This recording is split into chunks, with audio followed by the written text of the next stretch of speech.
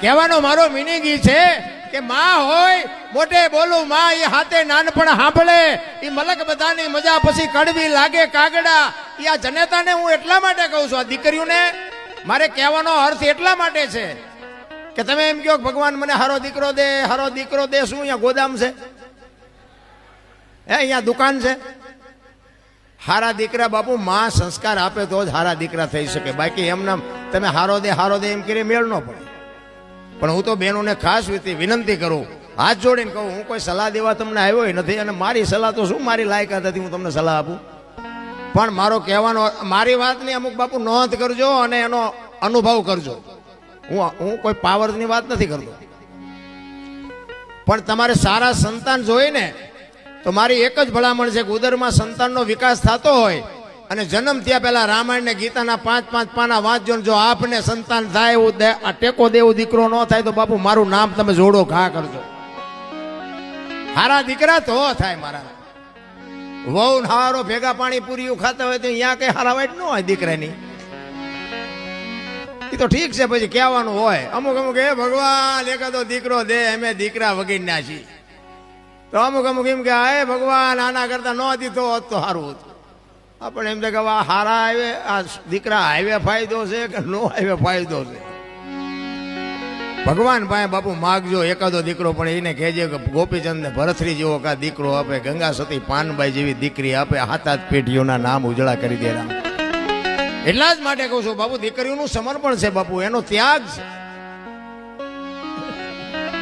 માનું બાપુ છે ને પદ ટોચે છે 9 મહિના મા બાપુ ઉદરમાં સંતાનને રાખે એનો જન્મ આપે એનું લાલન પાલન કરે બેહતા બોલતા ખાતા પીતા બધું માં શીખવે અને વાય નામ બાપાનું લાગે બોલો માનો ભોગ છે એટલો બાપનો નથી આખી દુનિયાને ખબર એમાં હું આવી જાઉં ને મારે લાગુ તો પડે જ ને કે મને તો એમ થાય કે માએ જે સમર્પણ કર્યું છે એ બાપે નથી કરેલું તો આની વાય માનું જ હોવું જોઈએ બાપનું ન હોવું જોઈએ પણ માએ ત્યાગ કરી દીધો કે આની વાય એના બાપાનું રાખો કોકે પૂછ્યું કે પણ તારો આટલો ભોગ અને બાપનું નામ શું કામ કે આ કદાચ કપાતર પાકે અને કોથળીઓ તોડીને ધૂળીમાં માથું ઘાલીને પડ્યો હોય કોક એમ કે કોનો છે ફલાણી માનો છે એમ કે છે મારા ખોળી આમ જીવ નહીં રે 9 મહિના ઉદરમાં રાખ્યો મારું કાળજું ફાટી જાય એની વાય એના બાપાનું રાખો આને સમર્પણ કહેવાય અને હારા દીકરા છે ને એ માન ખબર છે કે આની વાય મારું જ રખાય હારા દીકરાની વાય જનેતાનું છે હનુમાનજી કોનો અંજનીનો કર્ણ કોનો કુંતીનો ભીષ્મ કોનો ગંગાનો શિવાજી કોનો જીજાબાઈનો ગાંધીજી કોનો પુતળીબાઈનો હારા હારા માના બગડેલા અમારા માં છે ને ઉપર બેઠી બધે ધજા મહારાસુર પાવાગઢ ચોટીલા બધે જ્યાં જાવ ત્યાં માં ઉપર બેઠી શું કામ મારા સંતાનની નજર રહે એટલા માટે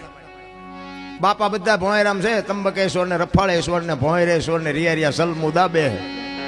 માન બાપમાં ધરતી હું તો એમ કહું કે જનેતા જો જીવતી હોય તો એક વાગ હાનનું ટાણું હોય અને માં બેઠી હોય એની પાસે જઈને કોક દીક પૂછજો માં મારો જન્મ થયો તેથી તને વેદના કેટલી હતી બાપુ કોક દીક પૂછજો તો તમને માની વેદનાની ખબર પડે રામ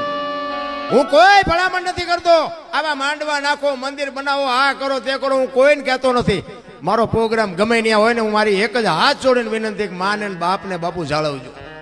માન બાપ જેવા ભગવાન આ દુનિયામાં ક્યાંય કોઈ છે જ નહીં અને તમારા મા બાપને તમે નહીં જાળવો ને તમારી પ્રજા તમને નથી જાળવવાની લખવું અહીંયા લખી લેજો તમારા માત પિતાથી તમે છો મારા માત પિતાથી હું છું માત પિતા તમે ચૂકી ગયા સેવામાં એટલે સમજી લેજો કે તમે કરોડ રૂપિયાના આસામી હોય તો બેકાર ધૂળ કહેવાય કારણ કે મને તમને આપણા જન્મ વખતની ખબર નથી કે માએ શું વેઠ્યું છે એ વેદનાની જો આપણને ખબર હોય ને તો આ માવડીઓ રોટલા વગરની આટા નો મારતી હોય લાખો રૂપિયા કરોડો રૂપિયાના દાન આપે ને ઘરે માન બાપ જો રોટલા વગરના વરાળું કાઢતા હોય જિંદગીમાં નો ગાડી હાલે રામ 40 લાખની ગાડી લઈને નીકળે વાયલી સીટમાં જોવો કૂતરો બેઠો હોય બોલો લબરક કરતો હવે આમાં માને બાપાને બેહર્યા હોય તો અરે અમને સારું જોડું નથી જડ્યો અમારો દીકરો કેવી ગાડીમાં ફેરવે જિંદગીમાં કાંટો ન વાગે કાંટો રામ કરવાની જરૂર આ તો કે તમને ન ખબર પડે તમને એમ જ કરે બોલો એટલે નહોતી ખબર એટલે 100 વીઘા રાખી હતી તું 10 વીઘાના ઉલાળિયા મીડો કરવા અમને ખબર છે પણ જાવું ક્યાં અરે મારા રામ માન બાપે તો આપણા જીવન માટે દેહના કોથળા કરી નાખ્યા, કોથળા ભલામણ. મારો દીકરો, મારો દીકરો, મારો દીકરો.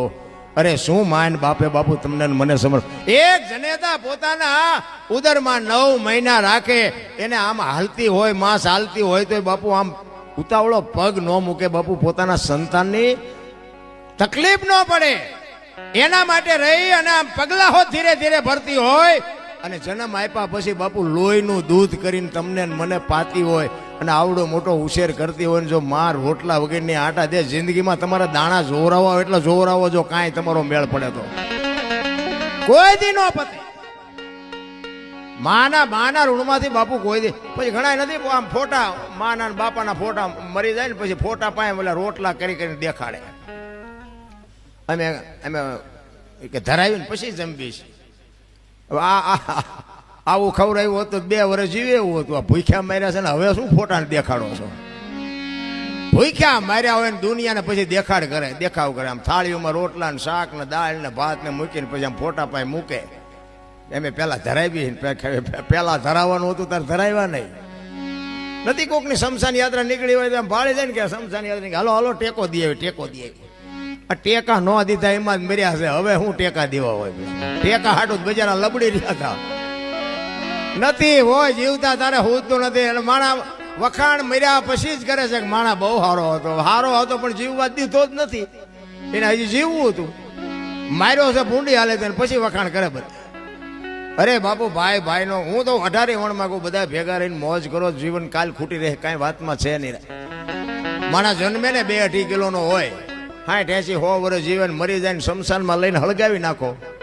અને રખ્યા ભેળી કરીને જોખો એટલે 2-2.5 કિલો થાય. વાતમાં કાંઈ છે નહીં, વચ્ચે ઠેકડા મારવાનું છે બધું. બધું માં તૈયાર ન કરી રાખે. આપણો જન્મ થયા પહેલા જનેતા ઉદરમાં સંતાન હોય અને તરત જ બધું માં તૈયારી કરી રાખે. ખોયા અને ગોદડા ને ઘોડિયા ને આન તેને બધું માં તૈયાર જ રાખે કે મને ભગવાન કંઈક આપશે. એના માટે બધી માએ તૈયારી કરી રાખી હોય. અને 60-80 100 વર્ષ જીવન પછી જવાનું ટાઈમ થાય તારે બધું તૈયાર જ હોય. લાકડા તૈયાર હોય, ઉપાડનારા હોય, ગોઠવનારા હોય, દિવાળી મૂકનારા હોય ને ઘોંકા મારનારા હોય. તા પહેલી ને છેલ્લી 2 તૈયારી છતાં વટલી નહીં કરી રાખી હોય. પણ આ માઇલ પાવેલું હું થોડુંક કરે ને, હું થોડુંક ભણી ગયા હોય એમાં વળી ભગવાને થોડુંક ધોરું સાંભળું આપ્યું હોય, થોડાક છૂટા આપ્યા હોય, થોડીક સંપત્તિ આપી હોય તો તમે જોવો તો નકરા ઠેકડા. આપણે કોઈની જરૂર નથી, આપણે કોઈને જરૂર નથી. તું મરીશ તાર 4 જણા નહીં જોવે, હાલીને જઈશ. અહંકાર કહે છે મારે કોઈની જરૂર નથી, અનુભવ કહે છે મારે ચપટી ધૂળની જરૂર છે બાપુ.